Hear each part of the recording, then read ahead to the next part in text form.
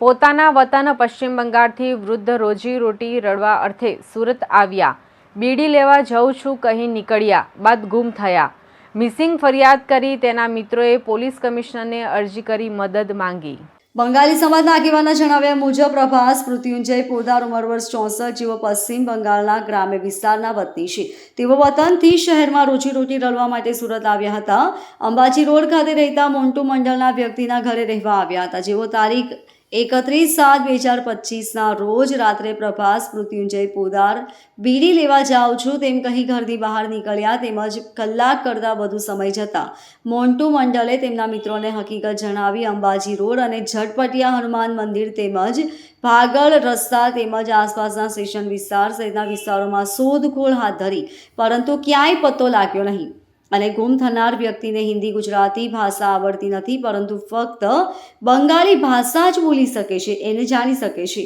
ત્યારે તમામ મિત્રોએ સુરત પોલીસ સ્ટેશનમાં ગુમ થયાની ફરિયાદ નોંધાવી હતી અને ગુમ થનાર વ્યક્તિ શરીરે મધ્યમ બાંધો, રંગે ઘઉંવર્ણ, ચહેરો લંબગોળ, ઊંચાઈ આશરે 5 બાય 5 ફૂટ જેટલી છે, વાળ કાળા સફેદ, જેના શરીરે ભૂખરા ગ્રે રંગનો શર્ટ તથા કાળા રંગનું પેન્ટ પહેરેલ છે અને પગમાં ચપ્પલ પહેરેલ છે તથા બંગાળી ભાષા જાણે છે અને ઓછું સાંભળે છે. બીડી પીવાની આદત છે અને તેઓ પાસે મોબાઈલ ફોન પણ નથી અથવા પોલીસ સ્ટેશનમાં ગુમ થયાની ફરિયાદ નોંધાવી હતી, પણ તે વ્યક્તિ મળ્યા નથી. ત્યારે આજે પોલીસ કમિશનર સમક્ષ અરજી કરીને આ વ્યક્તિને શોધવા માટે પોલીસ પાસે મદદ માંગી હતી અને લોકોને પણ અપીલ કરી છે કે આ વ્યક્તિને જો કોઈ ભાળ મળે તો નજીકના પોલીસ સ્ટેશનને જાણ કરવા વિનંતી છે.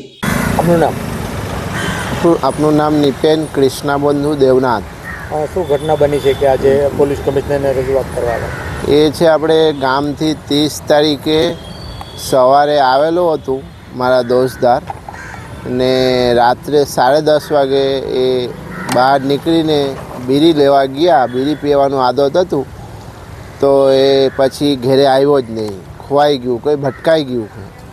તો આપણે પોલીસ ચોકીમાં જાણ કરી.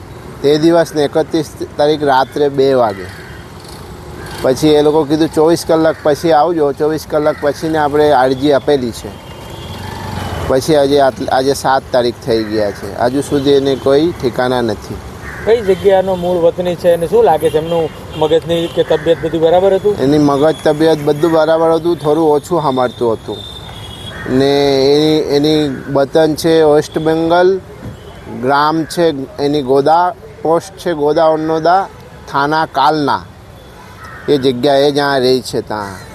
ને અહીંયા એ મજદૂરી કરવા માટે, નોકરી શોધવા માટે આવેલું હતું ને ગુમ થઈ ગયા છે. સુરતમાં પહેલી વાર જ આવ્યા હતા કે સુરતમાં કઈ જે વિસ્તારમાંથી ગુમ થયા હતા? એ અંબાજી રોડમાં ખટખટિયા હનુમાન મંદિર, ઝટપટિયા કે ખટપટિયા હનુમાન મંદિરની સામેથી એ ગુમ થઈ ગયું છે. Bureau report LK star news Surat.